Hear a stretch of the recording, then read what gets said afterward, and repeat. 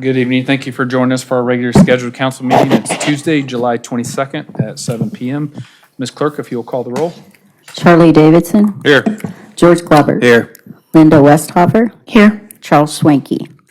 Terry Osborne. Here. Troy Hill. Here. Randy Bailey. Here. Jim Schrader. Here. Mr. Mayor, you have a quorum. Thank you. And Councilman Schwanke notified me in advance that he would not be here tonight. I'll call the meeting to order, and if you'll please stand, Councilman Davidson will lead the invocation, and Councilman Schroeder will lead the flag salute. Bow your heads with me, please. Dear Heavenly Father, we just thank you for this time that we have to gather here tonight and just study the city's business. God, I pray that, Lord, we would just let you impart your wisdom upon us as we continue to make decisions regarding this city. Lord, I pray for our city staff, our city leaders, Lord, that you continue to work in their hearts and their minds and give them wisdom on how to continue to make Park City just a light in this nation, a light in this country, a light in this bigger area, Lord, and that, Lord, we would just be an example to other cities, an example of living for Christ, an example of being like Christ in all the things that we do. We just pray and ask all this in Jesus' precious and holy name. Amen. Amen. I pledge allegiance to the flag of the United States of America and to the republic for which it stands, one nation, under God, indivisible, with liberty and justice for all. Thank you. You may be seated.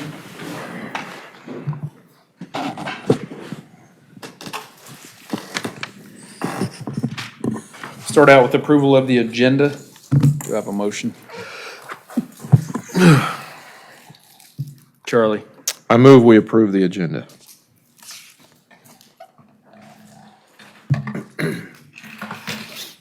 Linda. I would second. Okay.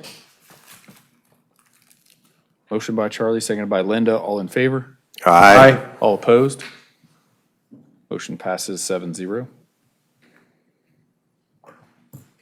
Next, we have public forum. Have Jamie Johnson signed up with Park City BMX. And Jordan Kiefer. Thank you. Welcome. Hi, my name is Jordan Kiefer. I'm one of the track operators at Park City as well. Thank you. I'm sorry I didn't catch your name on the line there below. So welcome. Thank you for coming tonight. You have 5 minutes to go ahead. Thank you. As I said, my name is Jordan Kiefer. I recently, this race season, have signed on as an assistant track operator along with Jamie, who I know has been here before and is probably a more familiar face to most of you. We're dressed pretty casually tonight. I want to apologize, but tonight is actually That's better, a work night for us over at the track. Tuesdays are usually our gate practice night where we're hosting riders.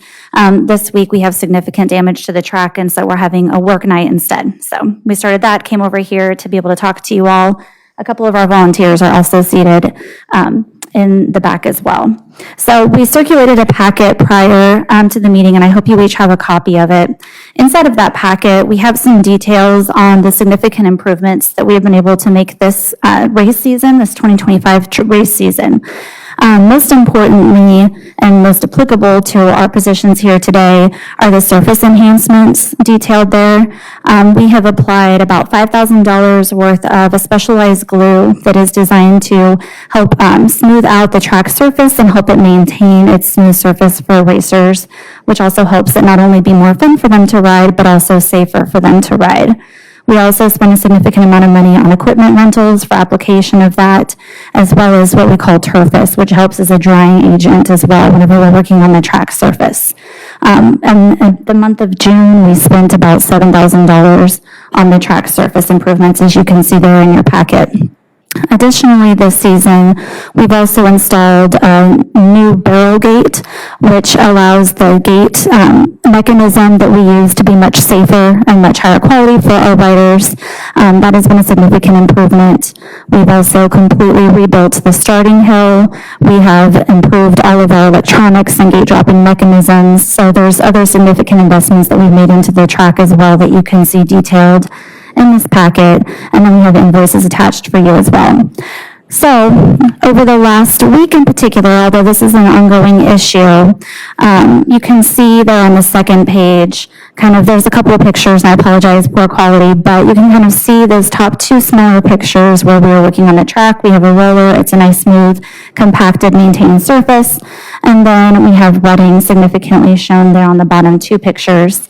And if you flip to the third and then the backside fourth pictures there, you can see the significant ruts that we are experiencing there at the track.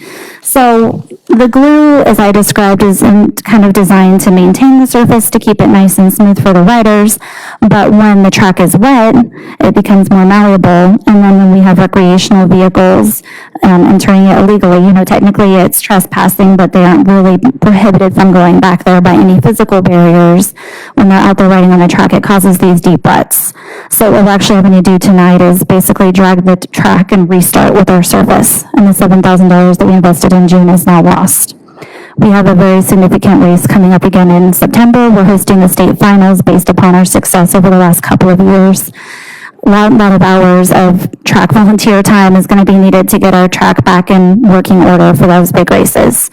So kind of all of that background to say, we really need assistance in being able to prevent the trespassing, for us to be able to maintain the surface, for us to be able to maintain the integrity of the track that has gotten the track to be able to host these state events, to be able to have the high caliber races that we've been hosting.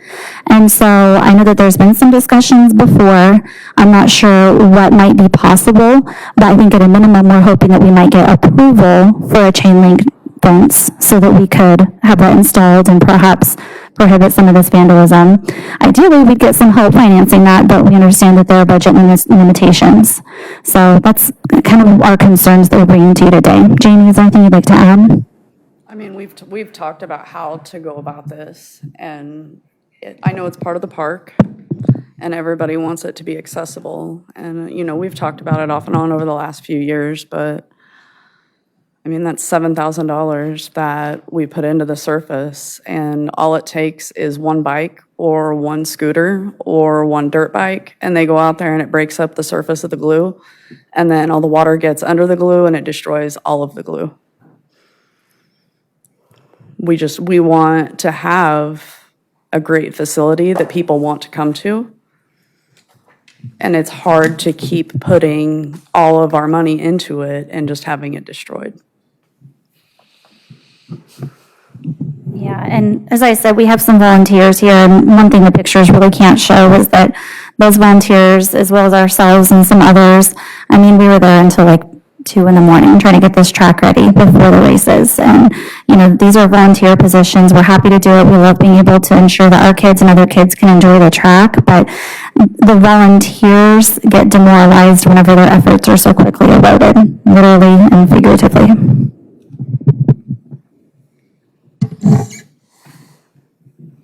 Thank you. Any council comment on that? George? Yeah, I really appreciate the work that you guys have done. I can tell you, when I first went out there, when it was a dirt track, before you guys did anything, the weeds were 6 foot high. And we went out there with a rider and cut down only half of the weeds. And that's before you guys showed up. So I really appreciate the effort. And for me, it's about investment in what we can do to help save that track. And if this is an issue that's ongoing, like you said, it only takes one time.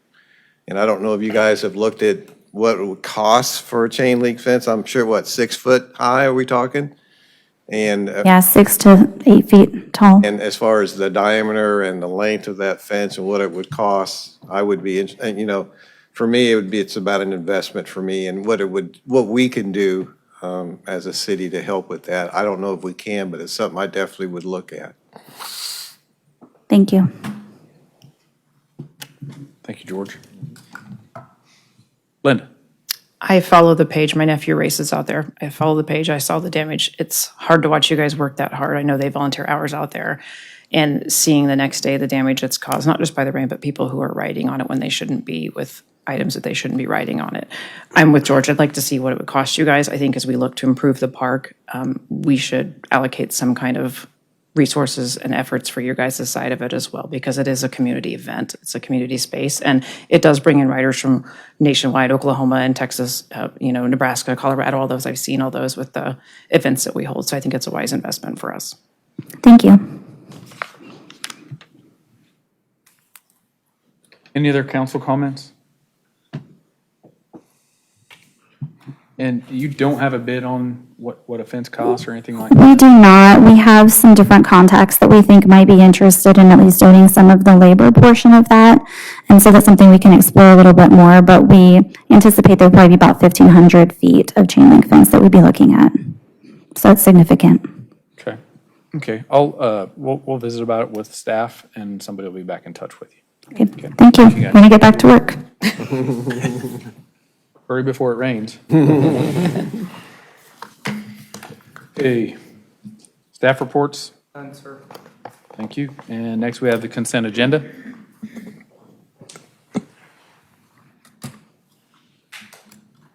Troy? I move to approve the consent agenda as presented. Jim? I'd second that.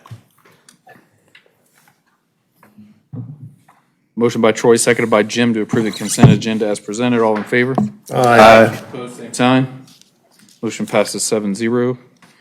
Next, under new business, discuss and consider appointment to the Park City Library Board. I believe you guys all saw the attached application, which was through the library. We've kind of changed the process on that a little bit. So this came from the library. This is Scott Eman. That would be in a term that would expire in 2029.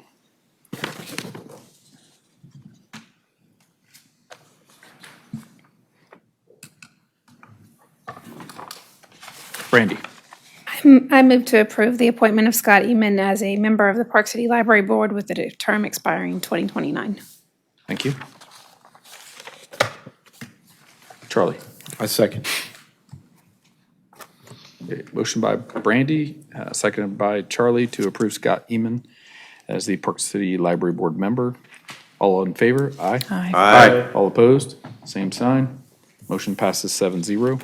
On to item 2, discuss and consider approval of the bid from Pearson Construction for the 2025 street rehabilitation project. Good evening, Mayor and Council.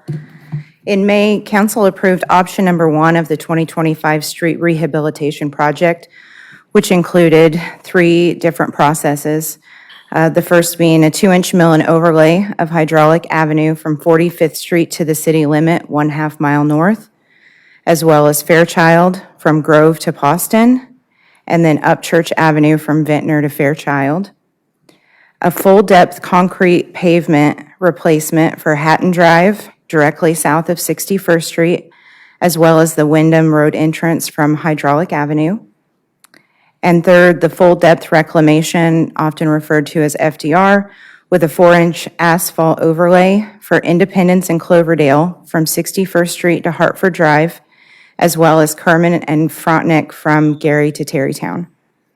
The projects were broken up into 2 separate bid packets, with those streets requiring a full-depth concrete reconstruction and a full-depth reclamation in Part 1, and those streets requiring a 2-inch mill and overlay in Part 2. A bid opening was conducted on July 17th, with a total of 3 companies submitting bids. Pearson Construction submitted the lowest bid for Part 2 of $232,358.90, which was below the engineer's estimate of $408,610. You've received a copy of the bid tabulation. This is a budgeted item to be paid from the Special Streets and Highway Fund.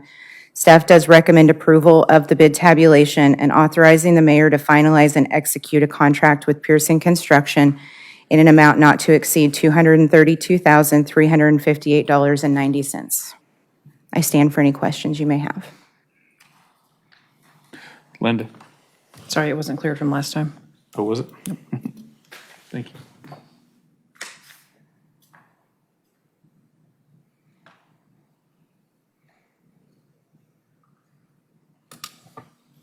Jim?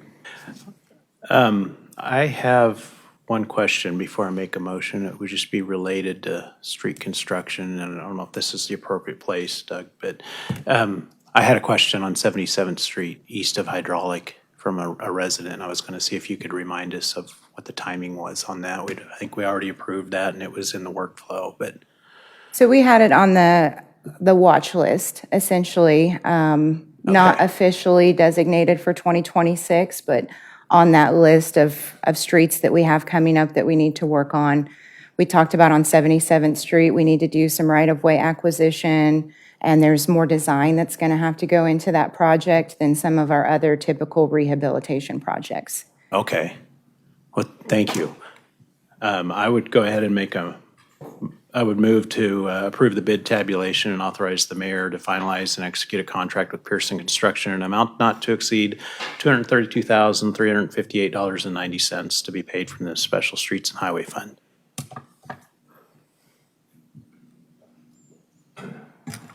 Thank you, Jim. Charlie? Second. Is there any further comment on that? Okay, motion by Jim, second by Charlie. All in favor? Aye. Same sign. Motion passes 7-0. Next, item 3, discuss and consider approval of a bid from Conspec Incorporated doing business as Kansas Paving for the 2025 Rehabilitation Project, Part 1. Okay, as mentioned in May, council approved option 1 of the 2025 street rehabilitation project, which included all of those streets as mentioned on the previous agenda item. A bid opening was conducted on July 17th with a total of 3 companies submitting bids. Conspec Inc., doing business as Kansas Paving, has withdrawn their bid, making the next lowest bid from Pearson Construction for Part 1 in the amount of $798,092, which was below the engineer's estimate of $972,000. You have a copy of the bid tabulation. This is a budgeted item to be paid from the Special Streets and Highway Fund, and staff is recommending approval of the bid tab and authorizing the mayor to finalize and execute a contract with Pearson Construction in an amount not to exceed $798,092. I stand for any questions you may have. What'd you say the amount was below the engineer's estimate? 200,000. The engineer's estimate was $972,000. I believe. I lost my spot. And Pearson's bid was $798,092. So both combined put us just at 1.03 million of our 1.5 anticipated. Okay.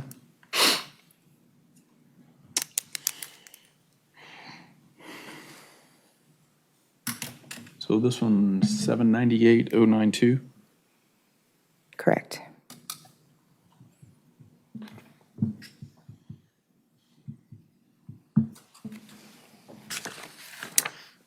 Jim? Okay, let's make sure I got this right. I would move to approve the bid tabulation and authorize the mayor to finalize and execute a contract with Pearson Construction for $798,092 to be paid from the Special Streets and Highway Fund.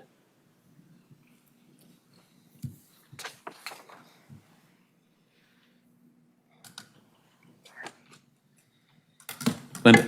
I would second. Okay, before we vote on that, just for further conversation, I do have someone signed up from the public to speak on that. Mr. Chris McElgan, Your Honor, Mayor, thank you very much. I'm here, it's always good to be here and to see my brother Mosier. I don't get to run into him as often as I would like, and I always enjoy it. I appreciate the opportunity to briefly speak on behalf of my client, Conspec, and the reason why Larry asked me to present some information is to make sure that the council appreciates the reasons why Conspec withdrew its bid. It initially submitted a bid on this project, and bid item number 4 is not the issue, but it was the concern, and it provides for a 10-inch cement-treated base with a slurry method. And being aware of a certain specification and the slurry method that was set forth in the specification is really only available in our area through a single source supplier, another supplier. And however, Conspec inquired about consideration of an alternative method, and it is a dry cement treated base method. Now, does that mean anything to me or you? Not necessarily, except that it's widely accepted throughout the state.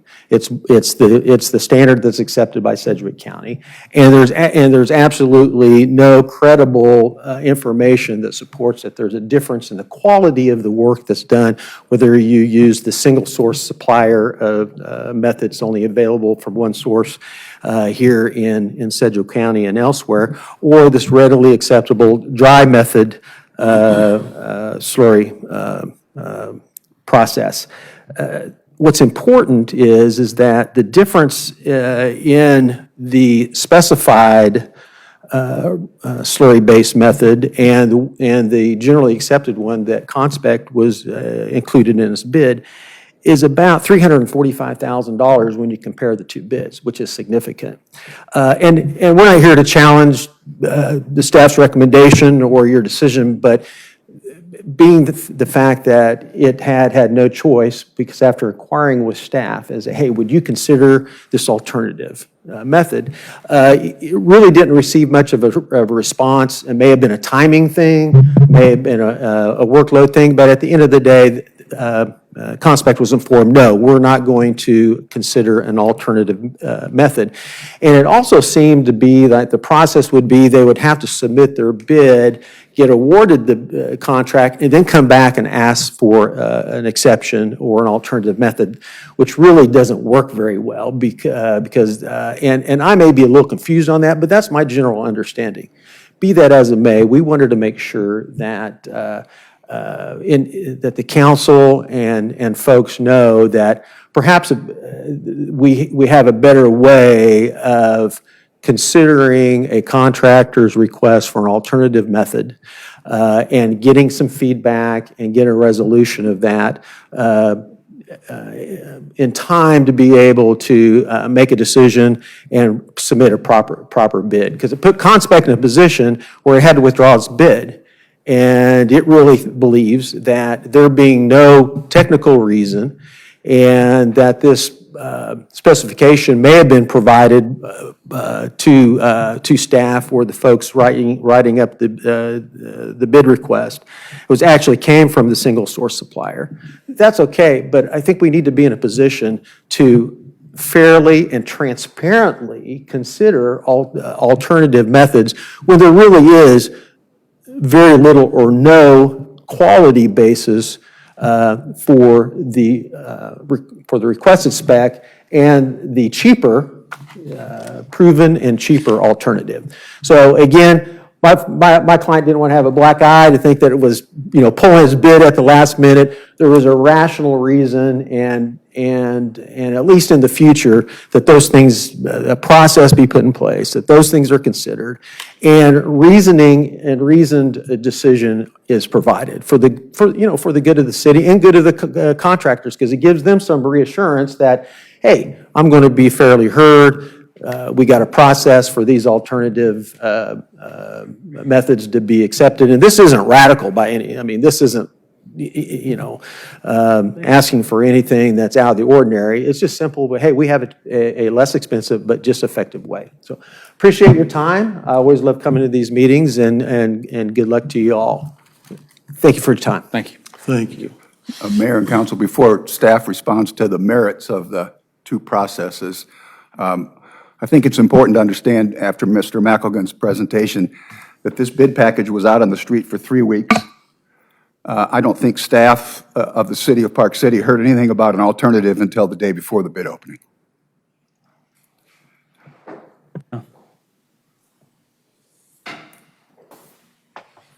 Thank you. Randy. Well, that was one of my questions, was how long was it on the streets before we learned that there was an alternative method? So you're 3 weeks and then the day before. So I appreciate you answering that up front. One of the things that Mr. McElgan said was that it was a single source, but we have 4 bids here. So if it's single source, how do we have 4 bids? So they all have utilized a subcontractor. Everybody had the same opportunity to utilize the subcontractor who does provide that product. Okay. And then make sure I understand this correctly. So the bid that was submitted by Conspect was bidding on something that wasn't the specifications that we had in our RFP that was out on the streets. That's correct. Okay, so the price that we have here really isn't what we asked for, correct? That's correct. Okay. Well, I appreciate Conspect thinking, and trying to save us money and looking at alternative methods. I just wish they would have reached out before the last minute, because now we've got, this out here for quite some time. So I think it'd be ideal for us to maybe Conspect come talk to us and present us what their alternative method is, so that way in future bids, we know that there's other options out there. So that's kind of where I'm at. I think it was timing. I wish they would have reached out sooner than the day before, and then maybe, we could have looked into other specs and it not been last minute after everybody else pretty much got their bids in. So, thank you.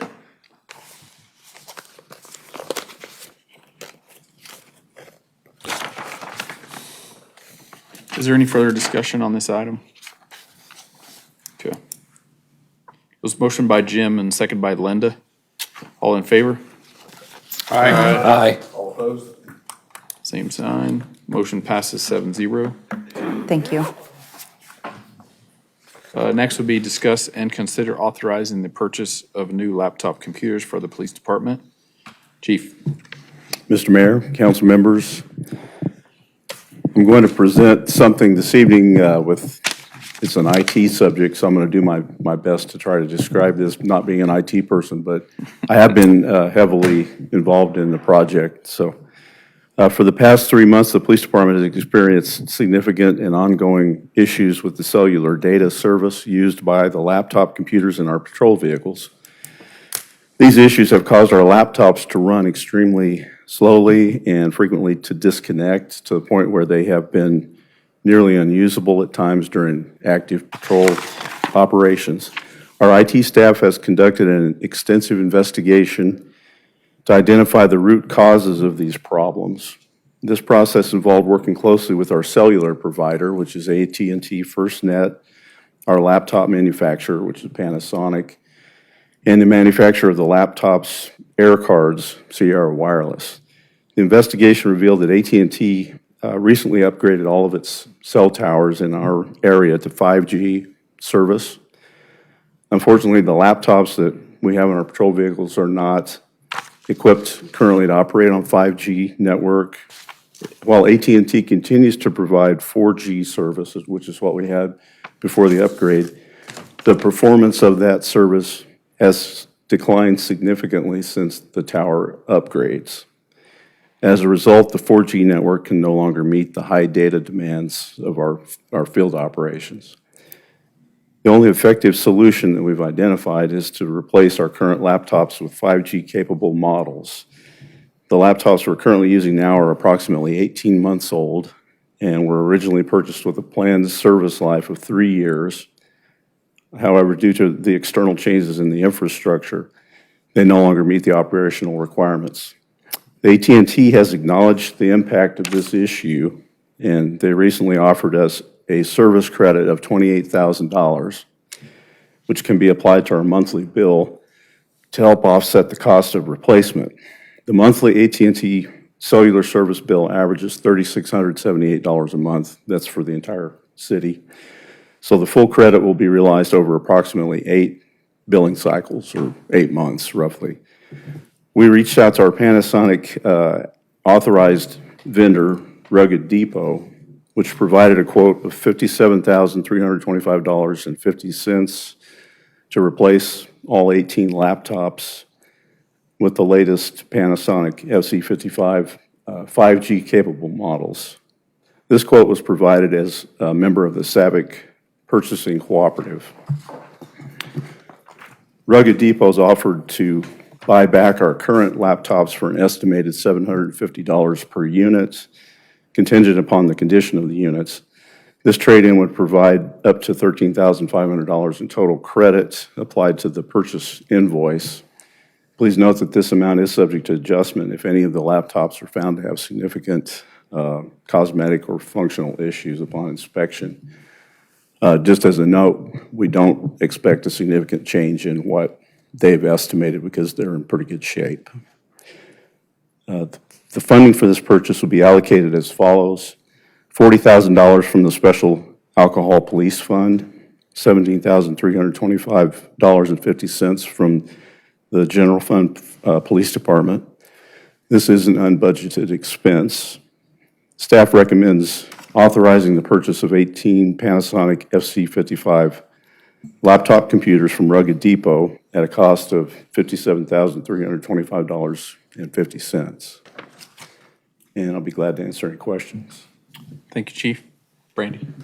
I have a question. On the invoice or the quote is 57,325.50, but then there, you got the trade-in of 13,500, which isn't referenced on the quote. So it'd be 57,000 less the 13,500 if they're all in good condition? It's kind of a timing issue here, so they can't, because of their agreement with Panasonic, they can't reduce the price that they charge us. So they have to charge us the $57,000. If we're able to get our new laptops, provided that those are approved, we get those in place and we can ship the old ones back to them, they'll provide a credit against our invoice. But it's possible we may have to pay the full amount before we get the credit. So 57 is the max. It could be less the 13,500 if everything Yes, is ma'am, that's credited. correct, Okay. yes. Thank you, Brandy. Charlie? Just for clarification, Chief, would it be less than 28,000 service credit too? It's really two separate things because AT&T is going to give us credit against our AT&T bill. Okay. So But the that money city- can be allocated to The pay city for that. won't be spending that money for the next Okay. 7, Thank 8 you. months roughly. Linda? That was my ask. The 28,000 from AT&T, is it use it until it's gone, or is it prorated over 2 years of billing or 3 or anything like that? They said they would zero out the bill every month. Okay, until it's used. Used, yes, ma'am.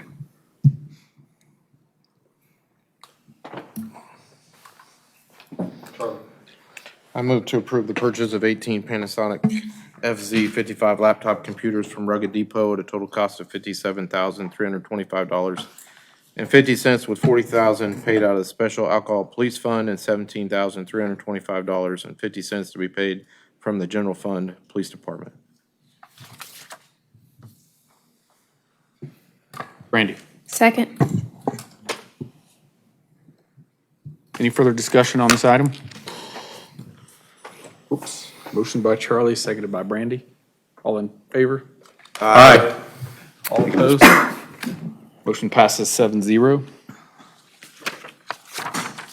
Next, budget discussion. Thank you.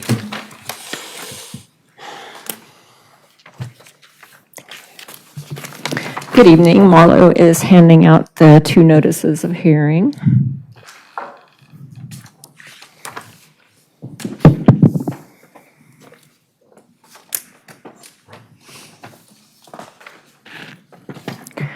The purpose of this agenda item is to review and discuss the 2 notices that Marlo has handed out, one for the regular budget and one for the land bank budget.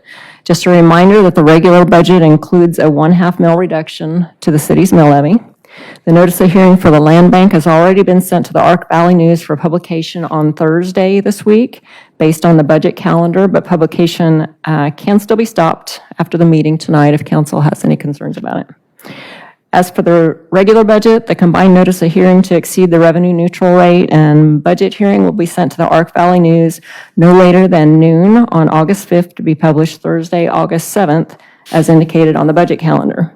The land bank budget hearing and adoption are scheduled for 7:00 p.m. on August 12th, and the regular budget hearing and adoption is scheduled for 7 p.m. on August 26th.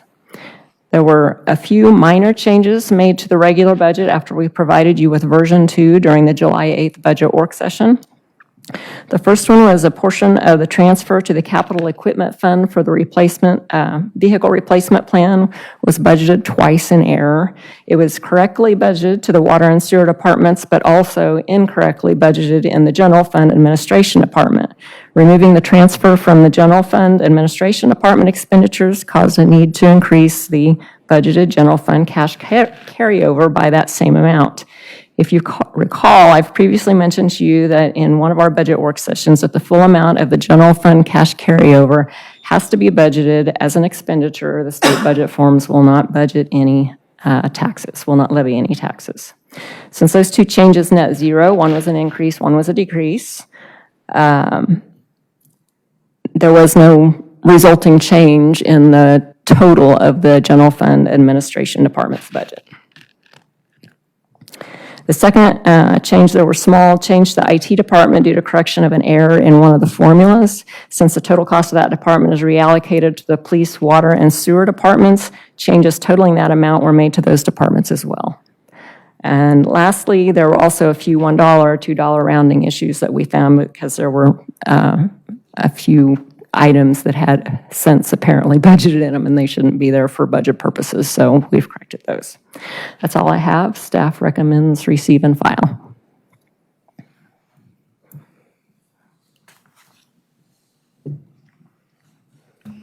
You, D, is there any questions or comments for D?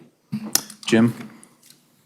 Honestly, don't have any questions. I think you explained it and we've discussed it budget previously, so I would move that we receive and file. Thank you, Troy. Second.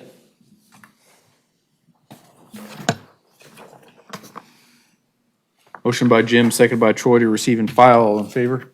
Aye. All opposed? Motion passes 7-0. Thank you, D. Thank you.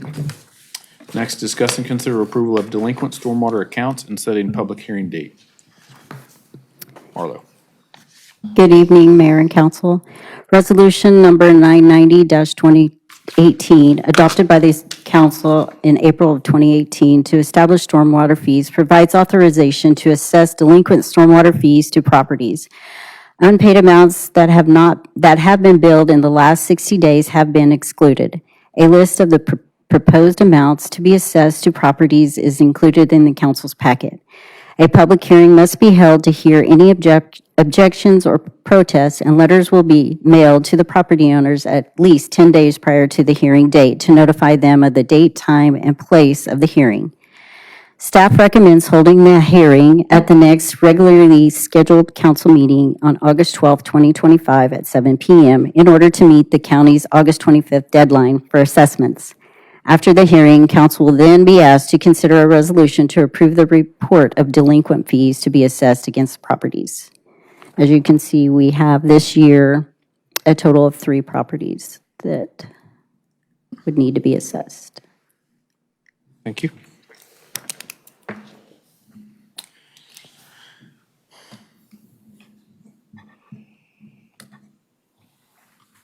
Troy. I'm sorry. Yes, Troy.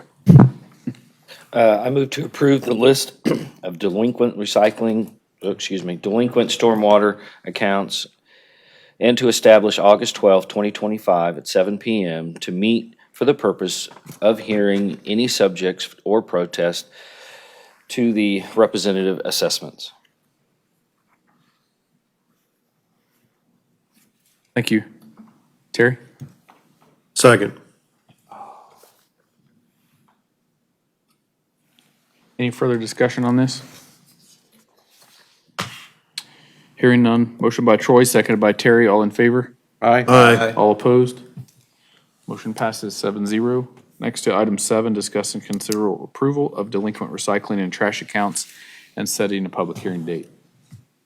KSA 65-3410 allows cities to assess delinquent recycling and trash fees to properties excluding any unpaid amounts that have been billed in the last 60 days.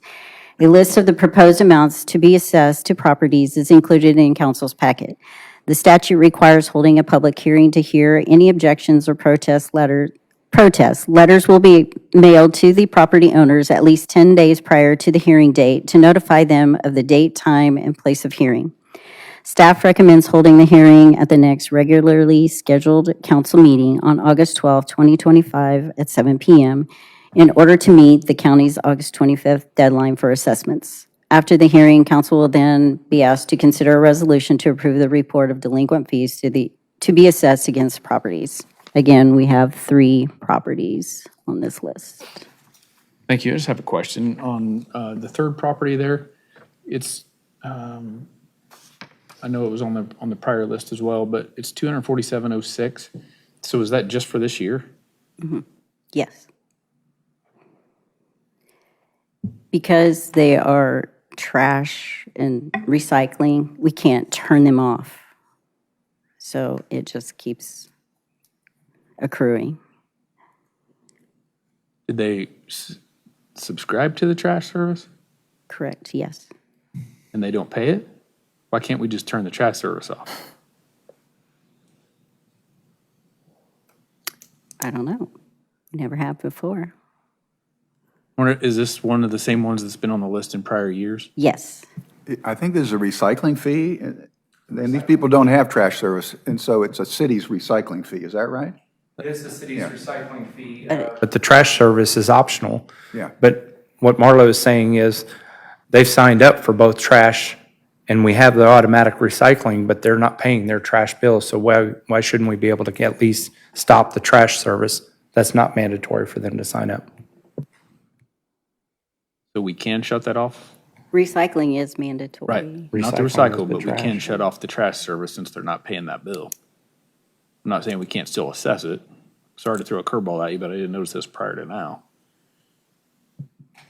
I can look into that. Let's research that. Thank you. Yes, sir.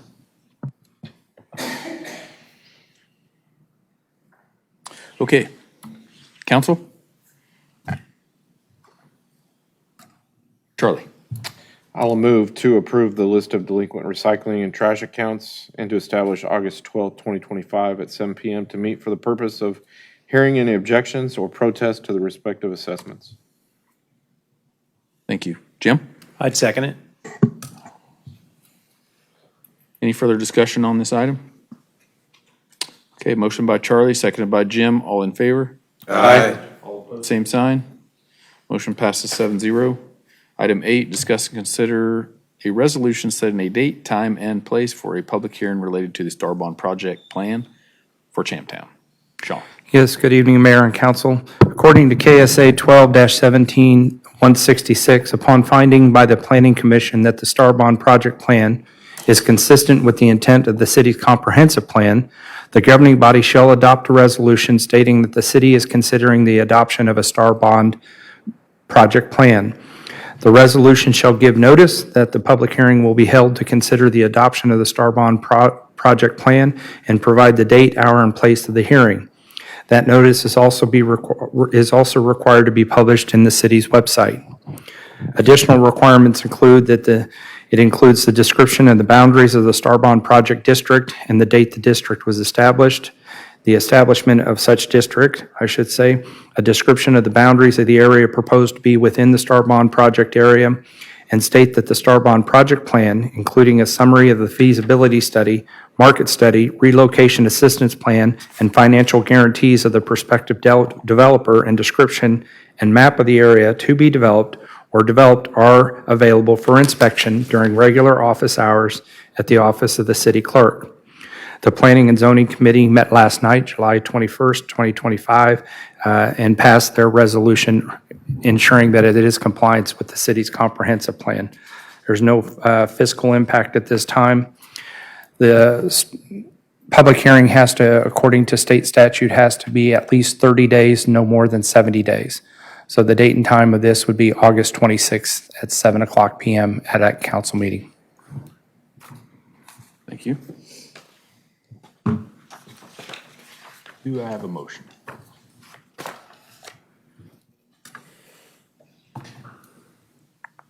Terry? I move to approve Resolution 1258, 2025, a resolution of the City of Park City, Kansas, providing for notice of a public hearing to consider adoption of a Star Bond project plan pursuant to KSA 12-17-160. Thank you, Terry. Jim? I'd second that. All right, any further discussion on this item? Seeing none, motion by Terry, seconded by Charlie. Or did I say Jim? Jim. Sorry. All in favor? Aye. All opposed, same sign. Motion passes 7-0. Okay, next, item 9, discuss and consider offer to sell city property. Sean? Yes, sir. In January 2020, council purchased 48.05 acres adjacent to City Hall to create the downtown district. Of that 48.05 acres, the The small commercial lot south of the former video store was broken out separately and purchased using the Park City Land Bank funds of $72,842.71. Since then, the ownership of the property has transferred from the land bank to the city. Recently, an individual made an offer to purchase that lot for $40,000 for commercial purposes. Staff consulted with local area real estate agents to determine an appropriate value for the land and was given a range between $80,000 and $100,000.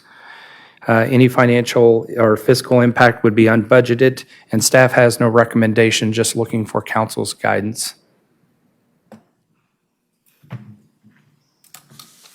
Thank you, Sean. Jim?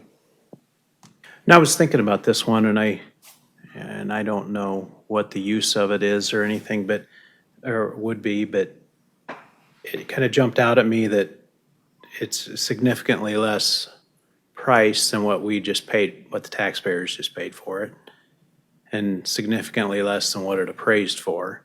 And that got me to thinking, if you did sell it, if we did sell it, even if we decided to sell it, now that becomes a comparable sale that every appraiser is going to use on several more future lots to say that that's the true value of the land near such new development. So I guess I'm having a little heartburn with it just from the standpoint of it's quite a bit less, and that's taxpayer dollars. You know, I'm trying to think through if there's, obviously we want growth, we want new projects. If the things I don't know is it part of a greater project that would benefit our city and provide, increased value on whatever they build on it, and that pays back through increased property taxes over an undeveloped lot. I'm trying to think of an angle there. I mean, you're asking for feedback. The only other thought was, if that's really what the value is, maybe it ought to be sealed bids and understand what the market is. It just seemed like a lot less than what a recent appraisal had said it was worth. So that's just my Yes, sir. few thoughts on it. Thank you, Jim. Terry? Yeah, I agree with the difference, the disparity, but also in looking at those lots, I don't want to say they're landlocked, but I mean, they're access to whatever gets put there is going to be tough, I believe. Well, at this point, we don't know if it's adjoining, maybe it's part of something going on Could next be, door. but I mean, if it's just this set separately, it's going to be tough access to get in and out of there anyway, but, so it is kind of now, if it's going to be used by somebody that's adjacent to it, yes, Jim, I would agree with you. But I would hope that we would be able to do something either through a sealed bid or something that's more comparable to the range that was given, or at least the closer to the value that we placed on it. Thank you. Troy? I personally think, given some time, that land is going to probably be worth, hopefully, what it's estimated, 80 to 100,000. I think 400,000 is a little shy in my opinion, but it's not me buying it or selling it technically. So I think we should at least get what we paid for it. That's all I got. I mean, the other option you could do, the thing that, if it does sell and it does develop, it's going to be something that hopefully provides a service to the community. Right. Which we gain tax revenue from, we gain ad valorem taxes from. Short-term or long-term, that's to be decided. The other thing to think of too is, we could do sealed bid. Just post it out and see what it brings. Can you describe what you mean by sealed bid? It's basically accept bids to sell it.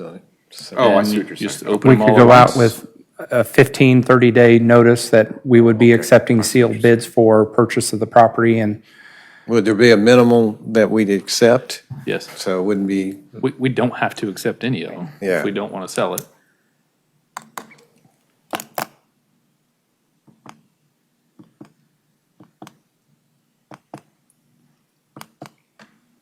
Right now, it's not on the tax rolls because we own it, so.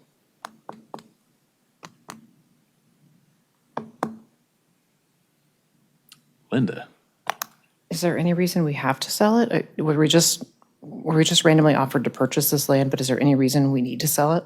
no, ma'am. And do we know if the person that is interested in it is tied to the location north of it? No, ma'am. To my knowledge, I am familiar with what they are proposing at this time, but the purchase of the land, or the sale of the land, they could do with it as they see fit. yeah. I do know that somebody has mentioned the fact that the lot does present some challenges.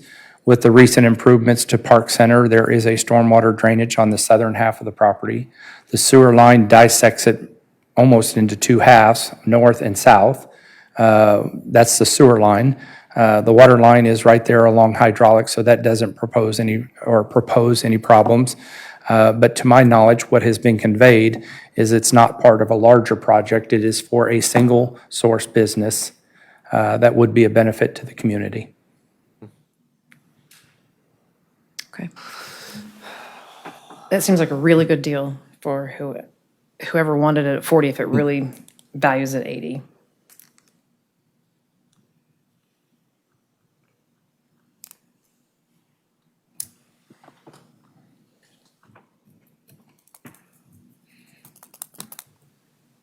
okay.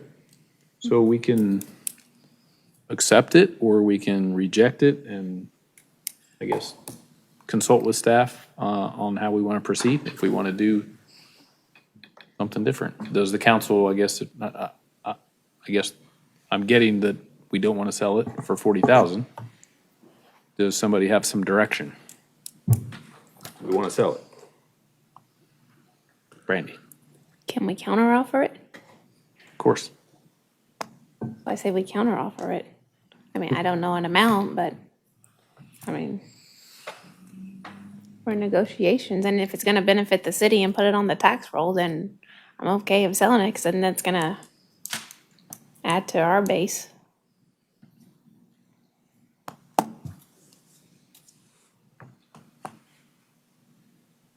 I mean, we sold it for, or we got it for what, 72,000? Is that what you said? Yes, ma'am. I don't know, maybe go back and counteroffer for 60.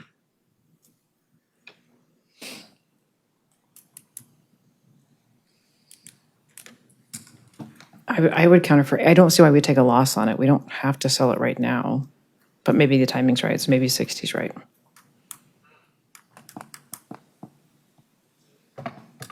Maybe make that 12 grand up in taxes later. Jim? I'm sure not against helping a business get in there, get something going, but I'd probably want to see that appraisal, understand how old it was, what comparable sales they have in that appraisal. Because there's an $80 to $100,000 appraisal out there. I don't want to overlook that. And I don't want to mislead. It was not a formal appraisal done. It was seeking out 3 different commercial real estate agents, asking them for a given range. Part of the problem was coming up with an official appraisal is the fact that you base it on current comps, or you base it on also what is on the market currently.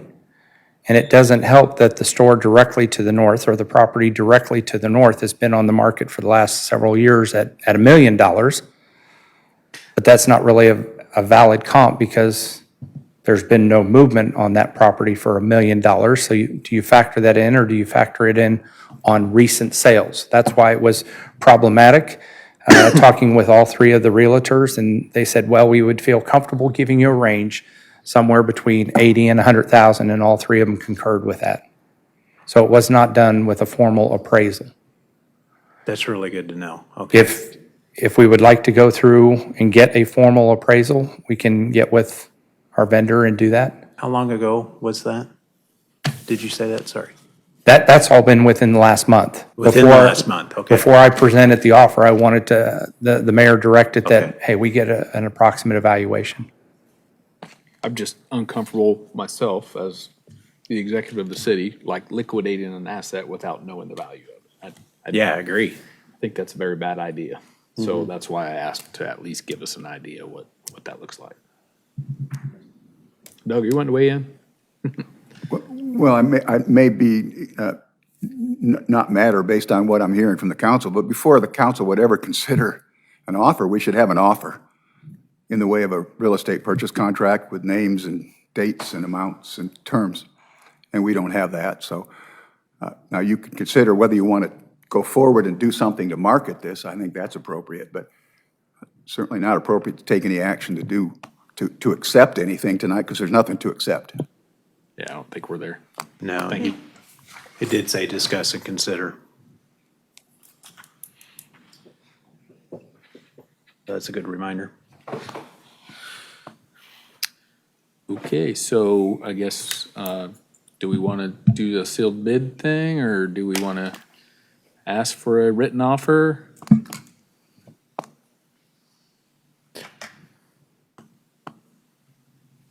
Brandy? I think we go back to them and ask for a written offer, and then we have something to really talk about and negotiate. Okay. Charlie? Yeah, I agree with that. I guess, do we go ahead and get some sort of formal estimate on the land at the same time, or no? Personally, it sounds like Sean did a pretty good job of getting that. I mean, and that's, if that's within 30 days and data within 30 days, and, you know, I'm not an authority on what that lot is worth, but that's, Sure. the offers at $2 a foot, and the appraisals or the estimates of value are at $4 a foot. Seems like we're talking in the ballpark of the right numbers. Okay. I agree with Brandy then. I guess, in my opinion, like, if we're selling it below what we invested public tax dollars in it, I want an appraisal or something that tells me it's not worth what we paid for it. I feel like we're accountable to taxpayers. If we spent that money on it, we need to be able to justify that, hey, it's no longer worth that, for whatever reason. So I'm good with that. I think that's probably a good plan, what Brandy mentioned, that we just take no action tonight and see if the bidder wants to submit a formal request to purchase with a contract, and then we can take action then. Everybody comfortable with that? Yes. So, thank you.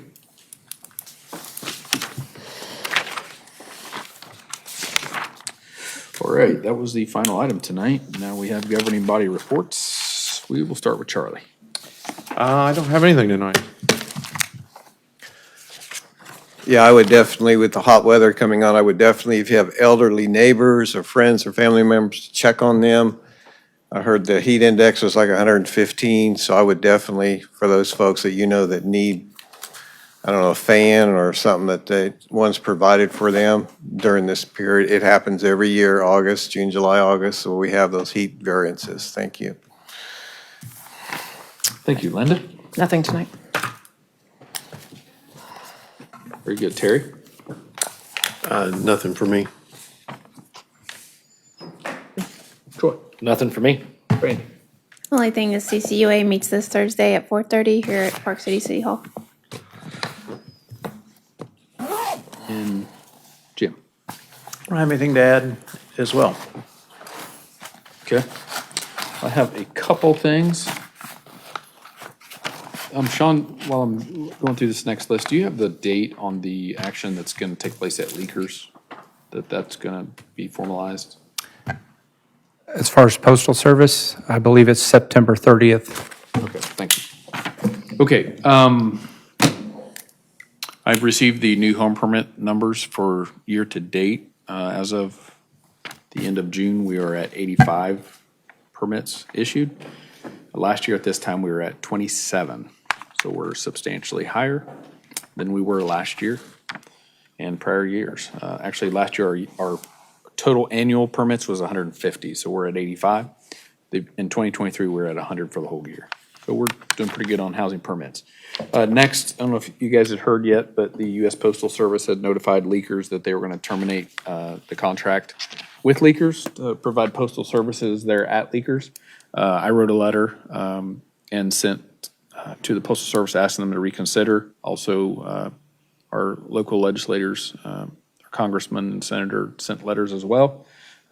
Today in my mailbox, I have a response from them back basically supporting their decision that they're not going to change it. So September 30th, leakers will no longer have postal services for our city. They're telling me how close the post offices are to the city. Keachai is 3.3 miles away, and then the North Wichita is 5.4 miles away, only 11 minutes away. So just FYI, we still have no post office after a population of nearly 10,000 people in our town.